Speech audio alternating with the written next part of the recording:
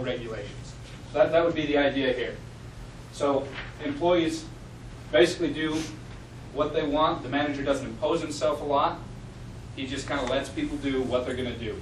Now, is this going to work in every situation? No. Is there any situation at all where this could be effective? I'm sure there's some. Okay, you look doubtful. Anybody? Anybody Maybe have a I boss can- that they don't talk to all the time? Yeah, if you're, I guess you're on the right track, they don't have to come down and let you know about anything. You're already doing what you need to be doing. How often do you talk to your boss? Every other week. See, that is awesome. Who doesn't want a boss that they only talk to every other week? I think that might work out better for bosses that are like on a really high level, such as like the President of the United States. You know, I mean, he's the commander in chief for all branches. But how? Man, I've never talked to him. you know what I'm saying? So like, so it's like he has people that he trusts to run it for him. You know, for certain sections for him. You know, and we go all the way down. Absolutely. Go ahead. You can't just mumble and they all right, I discourage it. So how does that affect, how does leadership styles like this affect morale, productivity? Because I'm not talking about any specific one. I'm saying all three. You want to change your answer? I'll let you know. Maybe it depends on the people. Some people might like one So- style better than another. Are you suggesting, this is groundbreaking here, that different management styles or leadership styles might be more effective for certain groups of people than for others? Mm-hmm. So when you guys are leading the people that you supervise, do you change the way that you act based on the airman that you're talking to or the situation you're in? Yes. Right. Yes. You have to adapt. Interesting. You guys are amazing. You're- We want to pass out. It's a self-assessment. All right, we're going to give you a few minutes to do this. It's called the Hershey. Oh, I skipped a couple things here. So situations when one is used over another while you pass this around. So like we talked about, the autocratic. It's great when you don't have a lot of time. The democratic leader has part of the information. Employees have part of the information. You know what? You guys are going to have this. I'm not going to spend a lot of time talking about that. But as far as the laissez-faire, like you said, for some people it's fantastic. For some people, they absolutely hate it. I got a civilian job. I might see my boss every 2 or 3 weeks, and I love it. It's a sad day when I see him. So we're going to talk about another leadership theory, and that's what all these are, theories and philosophies, all right? There's no law of management. But I want you guys to just take a few minutes, no more than 10 minutes, but read through this, self-examine, read the directions, and then we're going to move on and examine how you guys think this would work. Like you said, there's not right and wrong answers, so don't look at it as what is the answer we're looking for. You need to really self-assess. Thank you. Yeah.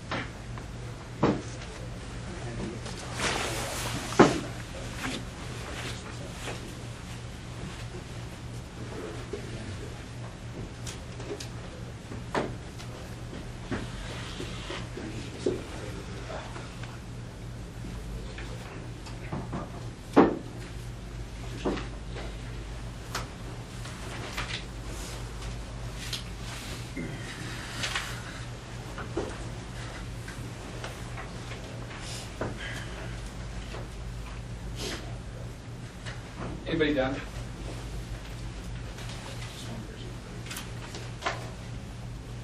you add your stuff up and everything? No, yeah, I didn't know if it was gonna be together. or if we were- Yeah, go ahead and add it up. Okay.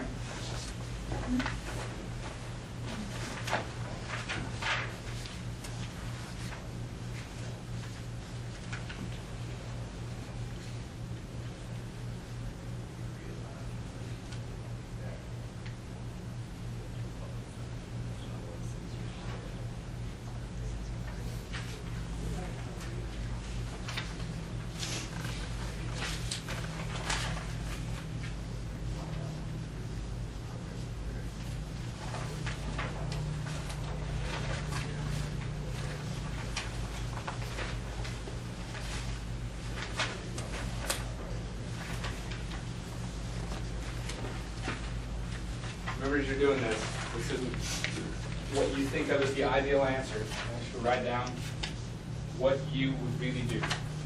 What is it that you do in a situation like this?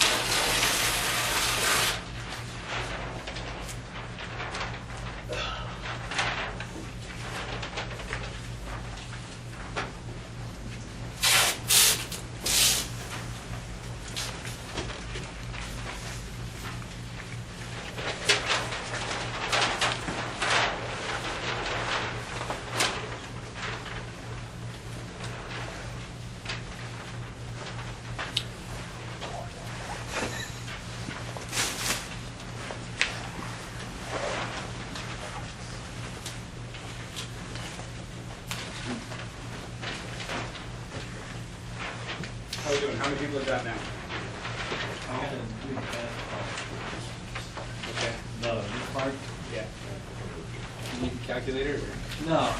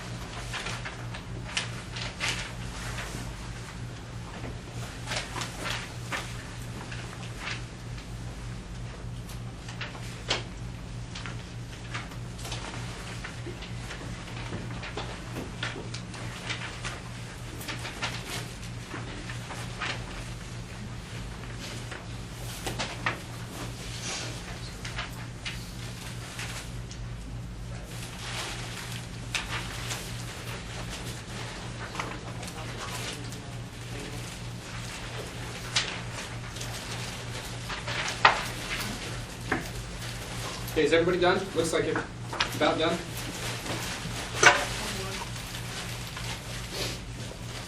Use a minute, you close?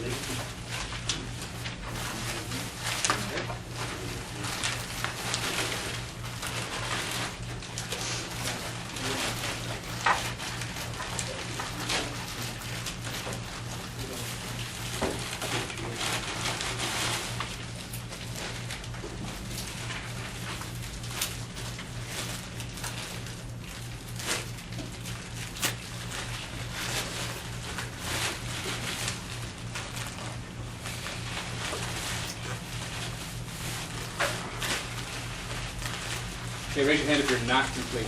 We're going to call you out. Okay. Close? You finished with your quadrant. That's good. Okay. You all right? Okay, so everybody take a look at where you are on that quadrant chart. And we're actually just doing a little exercise. You guys get a little sleepy in there. You're making me sleepy. So stand up, and why don't we just break the room up into quadrants. If you're in S1, come over here. S2 back in the corner. 3 in this corner by the door, and 4 over here. This is your quadrant set. 1, 2, 3, 4. Can I get a minute? Are you tied? Big time I was 2. Yeah, go. I was trying to push it in. I don't want to sit there. Everybody's over here. Everybody's 2? There's no 4s. No, I'm 2 and 1. There's no 3s, or are you 3? So really stand over there if you're 3. And you're kind of a 1. I'm halfway. Halfway, right. 4-1 sports. 4 and 4. I cut you. I'll put you right there. You were 3 jumps? All right. While you guys are standing up, I want to just talk briefly about this. So, yeah, don't stand in front of the camera. So, this Hershey Blanchard situational leadership theory basically shows a curve. All right, and we have natural tendencies towards leadership, and that's what you assessed here. But that doesn't mean that's the only thing that you can do, and that doesn't mean you can't improve upon that.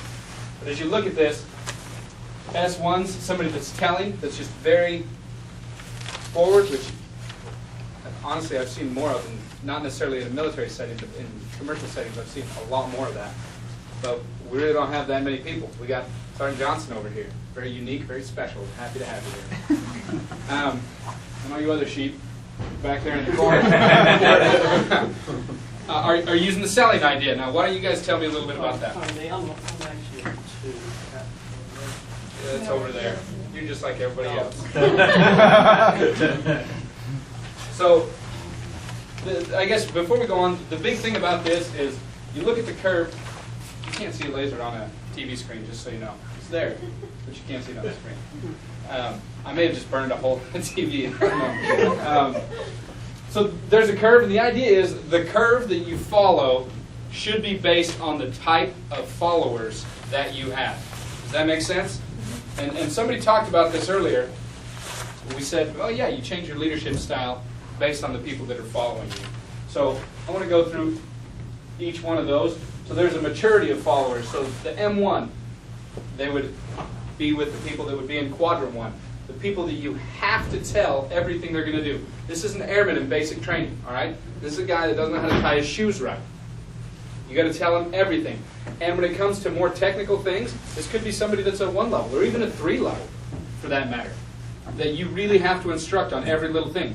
You got to tell them, hey, you got to check out the bobtail before you hook up the trailer. All right? You got to make sure you put the safety chains on. You got to put the pin in. I mean, you're telling them every single thing they got to deal with. That's based on the maturity of the follower.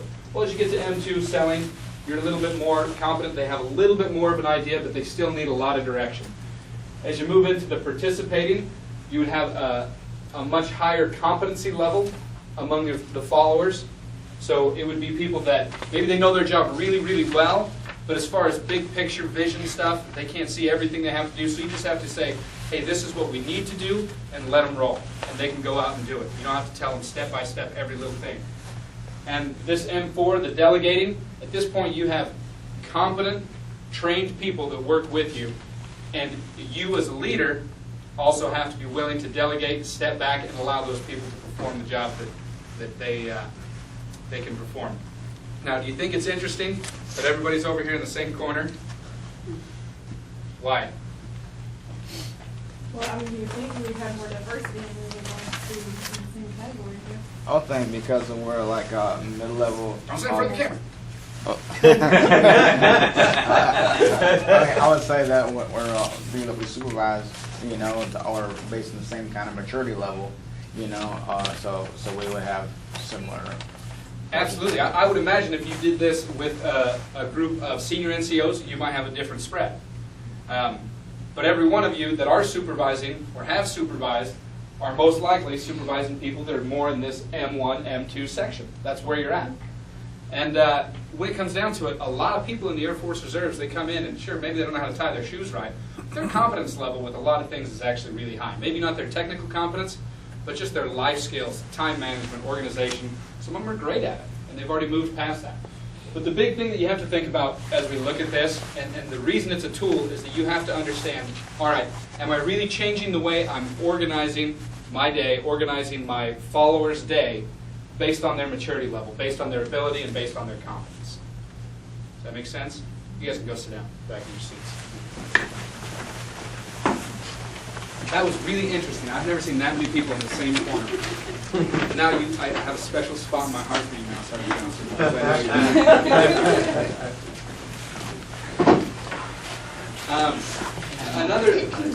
Another leadership philosophy is called transformational leadership.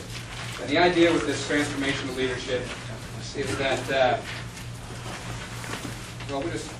the idea is that you can change a work center whether it's moving people from that M1 stage to the M4 stage, or moving the environment from a positive, or from a negative toxic environment to a positive, more nurturing, happy environment where people want to be.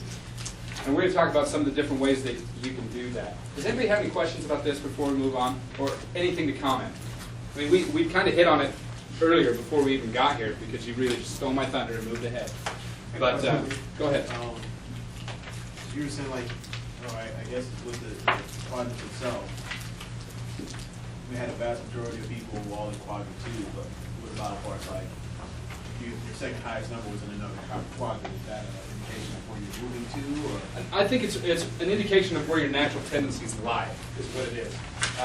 I've done this a couple times in a few different commercial settings, and the whole idea is that, all right, well, naturally, we fall into certain places. Now, some people fall into those places because they've always managed the same type of followers. I did this with a former boss who had a bunch of fellows working with him that had, none of them had graduated from high school. They needed told everything they had to do, and you had to watch them constantly, or they were just, wandering off, just wandering. And when he did this, he was very much telling. He was quadrant 1, 100%. That's what he was. But my experience with him as a boss is that that's not how he treated me at all. He told me what needed to be done, and he stepped back and he let me do it. It's all based on his experience. That's what this came out of.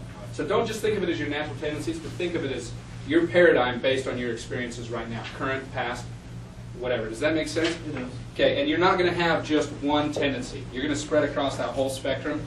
So keep in mind where you want to be, where you are, and use this as a tool. All right, I'm in the selling quadrant, all right? Do I need to move more towards quadrant 3, quadrant 4? Are my people ready for that? And if not, what can I do to get them to that point? Does that make sense? Any other questions? Go for it. Do you think that's any indication of our leadership, given that we're all mid-level supervisors? Yeah, I think, like I said, your experiences are all pretty similar as far as the people you're supervising. I mean, if you were supervising nothing but tech sergeants and master sergeants, this might be very, very different. But I mean, most of you guys are supervising, like I said, brand new airmen with TRs. They have 4 days of actual experience in their life, and most of that was in ADLS. So they need a lot of help. And so, yeah, absolutely, it's an indication. And you'll see that if you were to do this maybe 2 years from now, 3 years from now, it changes. Because I've watched my own change a number of times since I've done it. I think really 2 years ago is when I started seeing this a lot, and it became more popular. I don't know how long it's been out there, but the last couple of years I've seen it a lot in business classes and leadership classes and stuff like that. So, talking about transformational leadership, we talked about how we want to change environments, and that's one of the toughest things as a leader to do when it comes down to it. To be able to change a negative environment to a positive environment. It's easier to walk into a shop where everything's running smooth, everybody's happy with their job, everybody knows what they're doing, and just keep it running smooth, right? Easiest job in the world. But getting something that's in a bad place and taking it to a good place, that's a whole different story. And it requires skill, and it requires effort. So we want to talk about a few different ways that you can do that. One of them is what they call individualized consideration. So you read a lot already. Sims, will you read for me? Real loud, so everybody can hear just those bullet points. Individualized consideration. Leader attends to each follower's needs, acts as a mentor or coach, encourages followers to think critically and creatively. Okay, so this person's challenging assumptions. They're not just letting people go with the flow. They're trying to help those people on a personal level advance, become better, move on.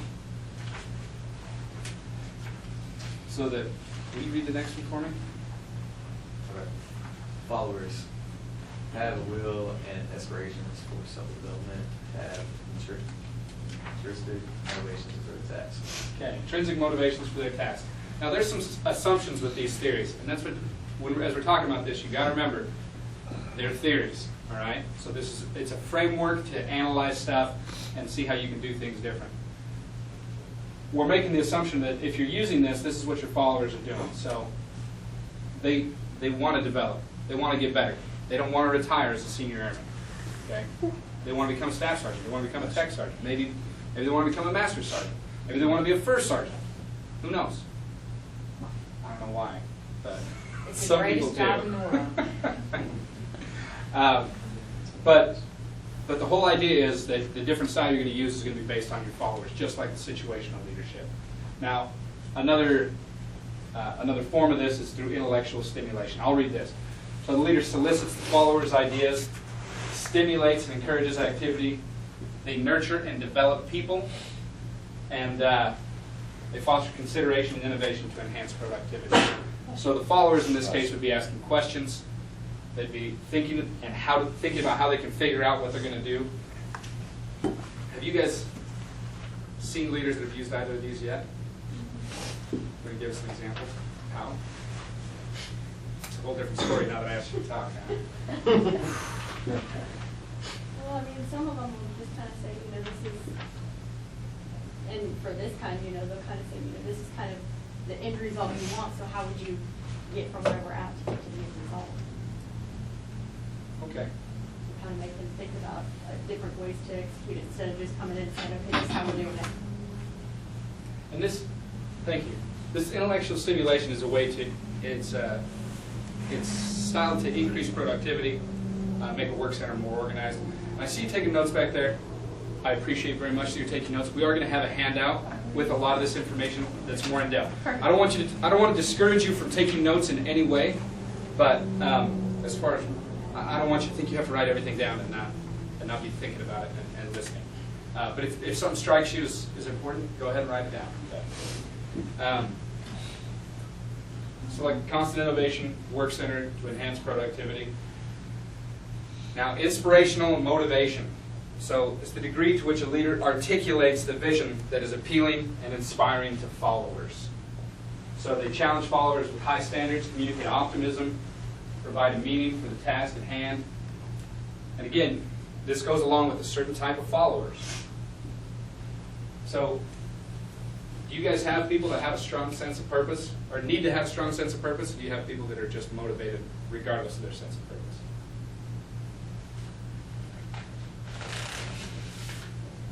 Has anyone in the reserves ever felt like they don't have a purpose? How about that? I'll be honest here. I mean, I don't need no shiny answers.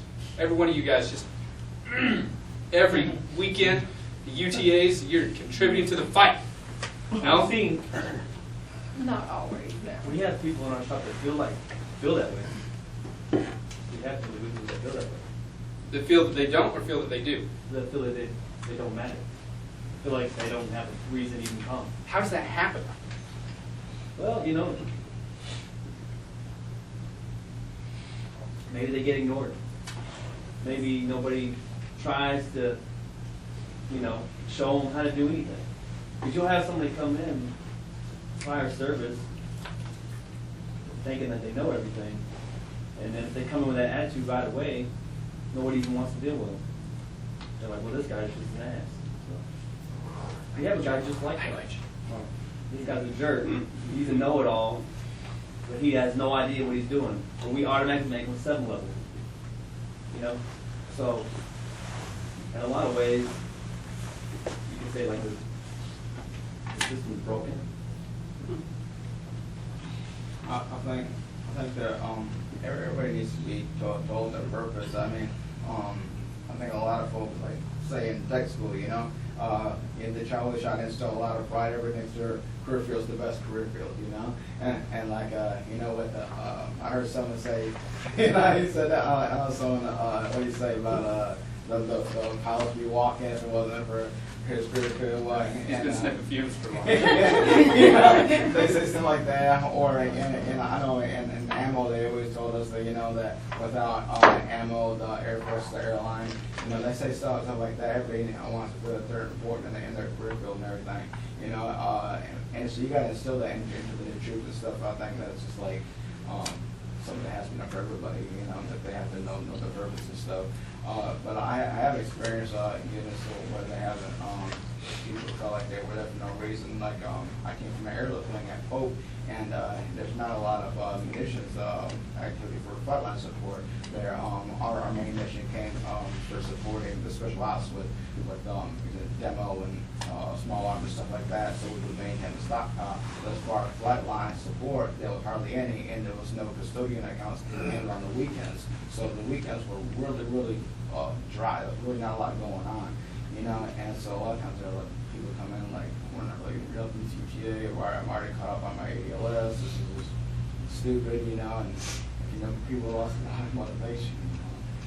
So I love what you said there, because I mean, I really have. I've had airmen come in and be like, I don't even have anything to do this weekend. I've got everything done in ADLS. Like, that's the only thing, that's their purpose for being in the reserves, because the Air Force gives a crap really if you're green or red on your ADLS. They want to know if you can deploy, right? They want to know if you can go to war. That's why we're here. The only reason we're here is to fight wars. That's why the military exists. The taxpayers don't pay the taxes so you can have a job. They don't pay it so that you can have these associations. They pay it so we can fight wars, right? So the whole idea of this, giving people a purpose, I cannot emphasize enough the importance of that, making sure that people feel like they have a purpose. And it's tough. It is tough if you're at like we discussed, you're at a fighter wing base and you're an aerial porter, and you may see one live mission every year, and you got 23 people all trying to push the same pallet, because everybody's just so excited that there's actually something to do, right? But you got to find a way to give people a purpose, because there is a purpose to what we do, all right? There's a big purpose, and it's important.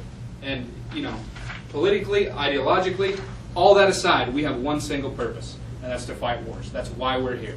It doesn't seem like that every weekend, but as leaders, as those mid-level leaders, you guys have to find a way to make sure that your people understand that. What if your supervisor is like, I want him gone?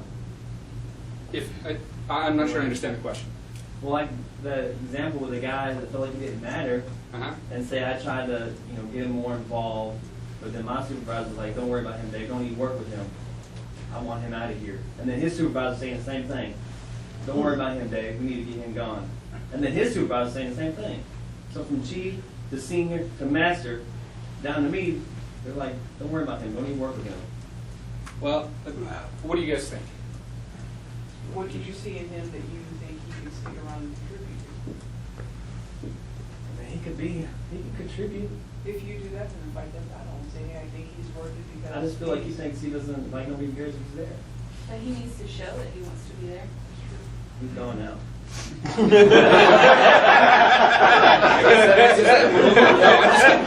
That's going to come up a lot. So, what else do you guys think? That's it. Just let him. Just push him out. In situations like that, it's where you would engage with the personnel in question. If he wants to stay in, if he wants to be involved, he wants a purpose, it just hasn't just given up, you decide I need to step up, face that battle and say, wait a minute, you can't just write this guy off. Like, he wants to be here, so we need to at least try. Or, like I said, if he doesn't want to be here, help him on his way out the door. Yeah. I think that's important, is the desires of the member. I think it got to the point where he wanted to be gone, and then that's why he transferred to another place. And it's really easy to want to be gone if everybody wants you gone. Right. Exactly. Say loud to these guys. I think that's an issue there, is when you have your leadership telling you they want him gone, whereas you as a supervisor should support him, give him a reason, give him the purpose, help him. If you can't give it to him, help him find it. And you can't help it find it, and it's made up in his mind, this isn't for me, then you do what's necessary. The fact that you have your leadership telling you get him out of here, get him out of here, get him out of here, that's, in my eyes, that's just poor leadership. That's not setting the truth up for success. So, go ahead. I also think that it's important that if you do have that sit down with that member and they do want to stay here and you know your leadership doesn't want them here, help them find another place that will. Help them reach out to other bases or something to where, you can talk with the member and let them know, look, I understand that you're feeling that they don't want you here, so how about I help you find somewhere else to go that will want you, if that's how you want, if you want to still be here. Because then you're not giving another base a problem, essentially. You're giving them more help. And it's helping both whoever he's going to and the member on being able to be a little more motivated. How it all worked out at the new place. So, one thing I will tell you guys is we come up with examples of poor leadership or leadership fallacies. Register those. Think about it. And don't just think, oh, that's just the way it is in senior leadership. You guys are future senior leadership. So things that you see as failings are things that you have to fix in the future, or you're the same person. You're doing the exact same thing. You understand what I'm saying?